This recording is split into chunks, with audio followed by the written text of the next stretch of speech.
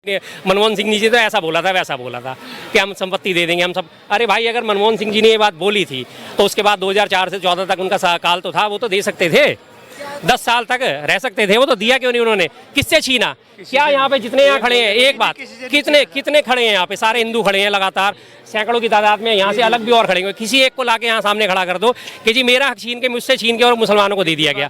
कोई एक ऐसा है यहाँ पे कोई भी व्यक्ति? ये भाई साहब उंगली उठा रहे हैं, आप इन्हीं से पूछ लीजिए, आपका कुछ हक छीना?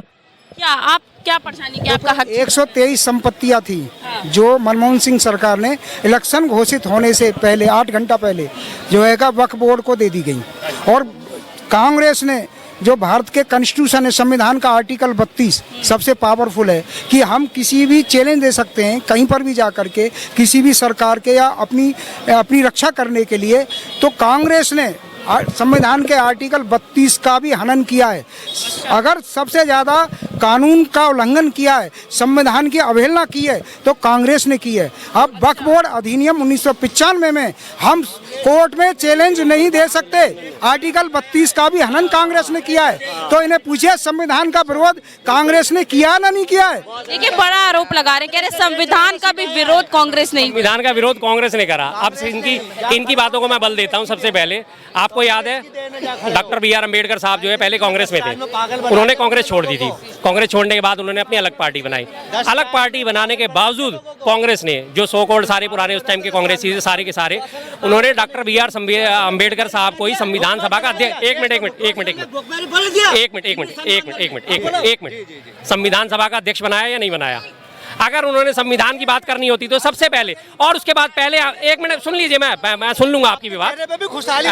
उसके बाद जब 51 में पहले आम चुनाव हुए, अम्बेडकर साहब कैंडिडेट थे, जीत के आए। दूसरी पार्टी उन्होंने अपनी बना चुके थे अम्बेडकर साहब, लेकिन अम्बेडकर साहब की दूसरी पार्टी में होने के बावजूद भी नेहरू जी ने अपने मंत्रिमंडल में उन्हें शामिल करा, उन्हें कानून मंत्रालय दिया।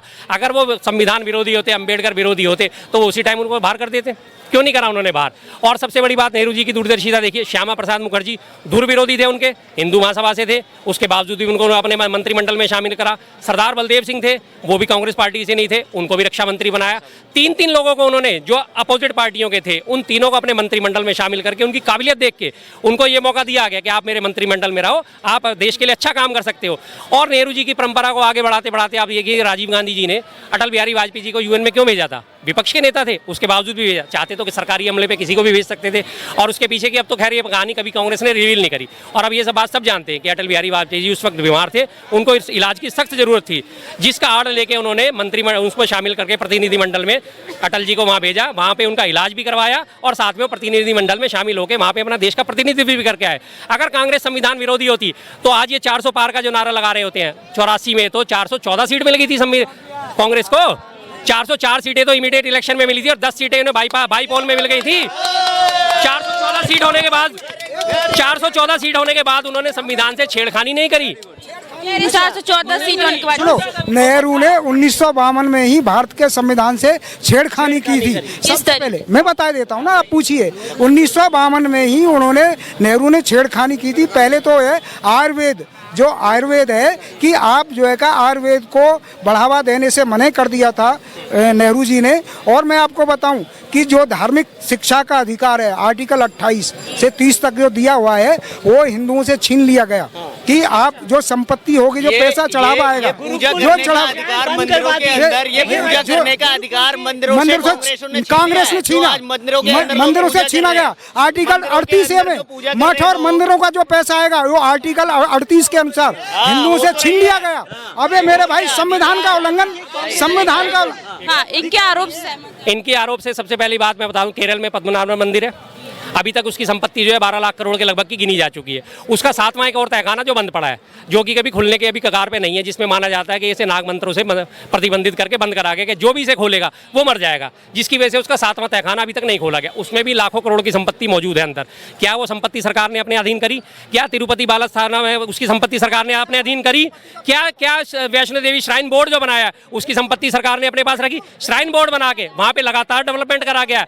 हर 100 मीटर पे, हर 500 मीटर किलोमीटर पे वहाँ पे चाय के कियोस्क है, वैष्णो देवी श्राइन बोर्ड के द्वारा बनाए गए, जिसमें 8 रुपए की चाय मिलती है, ताकि वहाँ पे लोग जो है उसको लूट ना सके। वहाँ पे क्या होता है, जो प्राइवेट वेंडर है इतने से कप में चाय देते हैं और वो देते हैं 15 रुपए की, और वहाँ पे वैष्णो देवी श्राइन बोर्ड की जो अपनी कैंटीनें बनी हुई, इतना बड़ा कप मिलता है, बकायदा 150 ml आपको चाय मिलेगी, और वो मात्र 8 रुपए की होगी। 40 रुपए में आपको डोसा मिलेगा, 40 रुपए में पूरा खाना मिलेगा, 20 रुपए में आपको सांभर वड़ा मिलेगा। किस वजह से? क्या वो संपत्ति उन्होंने अपने अधीन करी? श्राइन बोर्ड बना के उसका डेवलपमेंट करा गया ना। अगर अपने अधीन करनी होती तो आज ये कांग्रेस इन पैसों से जितनी किल्लत से जूझ ही ना रही होती, उसके खाते बैन हो गए थे, खाते बैन हो जाते, कोई दिक्कत नहीं, अपने आराम से हजारों करोड़ के अपने ऑफिस बना के खड़ी रहती। चाहे कांग्रेस आज भी क्यों 24 अकबर रोड में बैठी है? मैंने पूछा कहाँ बैन हुए? जब तुम टैक्स नहीं दोगे, भारत के कानून का उल्लंघन करोगे, भारत के टैक्स नियम का पालन नहीं करोगे तो रोक लगेगी। तो ये तो कोर्ट ने कहा है। तो हाँ, जब टैक्स के नियम का पालन नहीं करेगी, पहले नहीं देती थी जनता देश की। पूछा कह रहे टैक्स का पालन नहीं किया, हाँ जी, कह रहे टैक्स का पालन भी नहीं किया कांग्रेस। पालन नहीं करा? किसने नहीं करा टैक्स का पालन? किसने ये कोर्ट ने खुद कहा है कि आप टैक्स नियम का पालन कीजिए, आप टैक्स भरिए।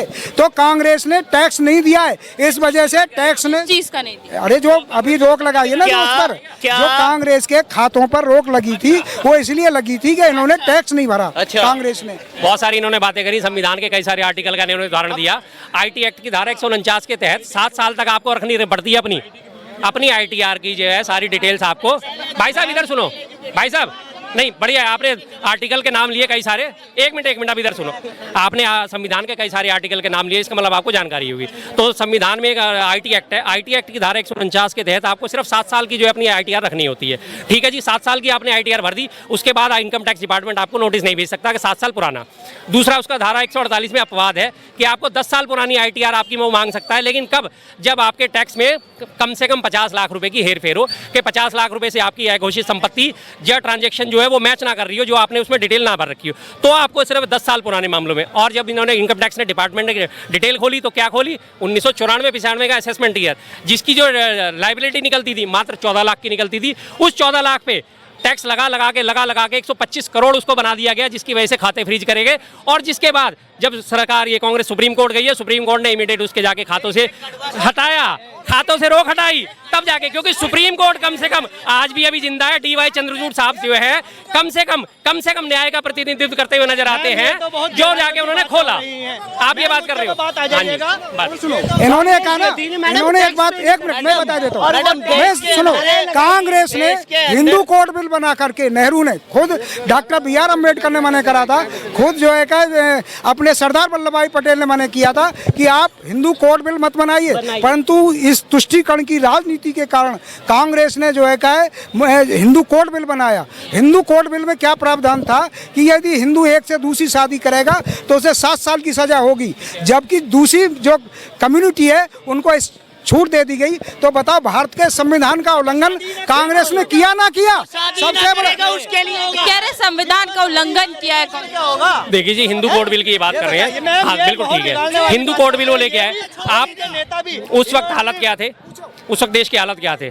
जब देश आज़ाद हुआ था, भारत की जनसंख्या थी 34 करोड़, और भारत के पास रिजर्व कैश कितना था? मात्र 68 करोड़। मात्र 2 रुपये प्रति व्यक्ति के हिसाब से भारत के पास पैसा था उस वक्त। अगर वो हिंदू कोड बिल लेके आए कि आप एक शादी से दूसरी शादी, एक ही पालनी भारी पड़ जाती है, 2-2 कहाँ से पालोगे साहब आप?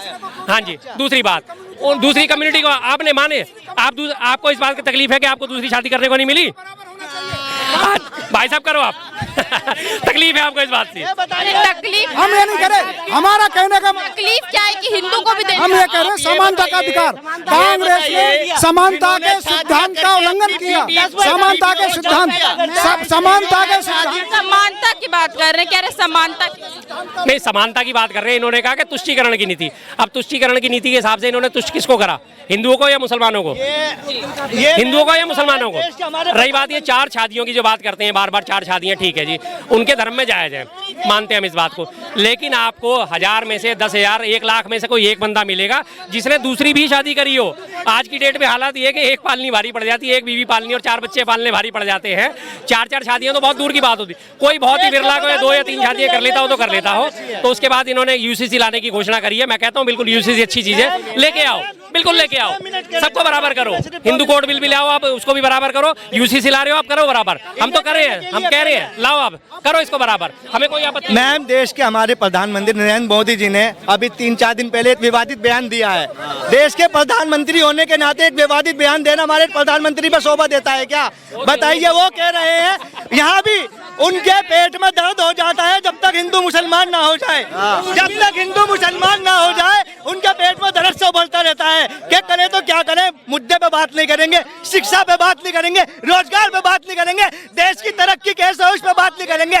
लेकिन क्या हिंदू मुसलमान एक प्रधानमंत्री होने के नाते उनके मुंह से ये शब्द अच्छा लगता है कि मंगलसूत्र छीन लिया जाएगा। 10 साल हो गए हैं, 10 साल मोदी गवर्नमेंट को। लग रहा है शिक्षा रोजगार पे काम हुआ है। बड़े घोटाले किए, एक एक करके सबसे ज्यादा देश में। सुनो, 370 धारा कौन लाया? 370 धारा कौन लेकर आया? देश में आतंकवादी बढ़ावा किसने दिया? कांग्रेस ने दिया। डॉक्टर अम्बेडकर की बात कर रहे हैं। 370 कह रहे मोदी जी। जी मैम, 370 हटा दी, कोई दिक्कत नहीं, उससे कोई दिक्कत नहीं हमारे इंडियन वासियों को। मसला क्या है, मसले पे बात कीजिए। सिर्फ मसला यह है, एक देश के प्रधानमंत्री एक विवादित बयान देंगे तो निचले स्तर के लोग ऐसे क्या बयान देंगे? उनको क्या कहने का हक रहेगा? प्रधानमंत्री को सुधारने का हक रहेगा? क्या रहेगा ये बताइए। कह रहे 370 से क्या फायदा? 370 सुनो सुनो सुनो, यूपी के अंदर गुंडा, क्या कहते हैं, गुंडा राज खत्म कर दिया हमने। हम कहते हैं गुंडा राज ज्यादा हो गया है। कौन कहता है बहन की जी धी बेटी की इज्जत नहीं लूटी जा रही? हाथरस कांड देखिए, खुलेआम रेप हो रहा है। किस कानों में अपना पर्दा करेंगे ये लोग? हैं योगी जी विवादित बयान, अमित शाह विवादित बयान, प्रधानमंत्री विवादित बयान। अरे क्या करोगे यार, पूरा वोट थू थू कर रहा है तुम पे।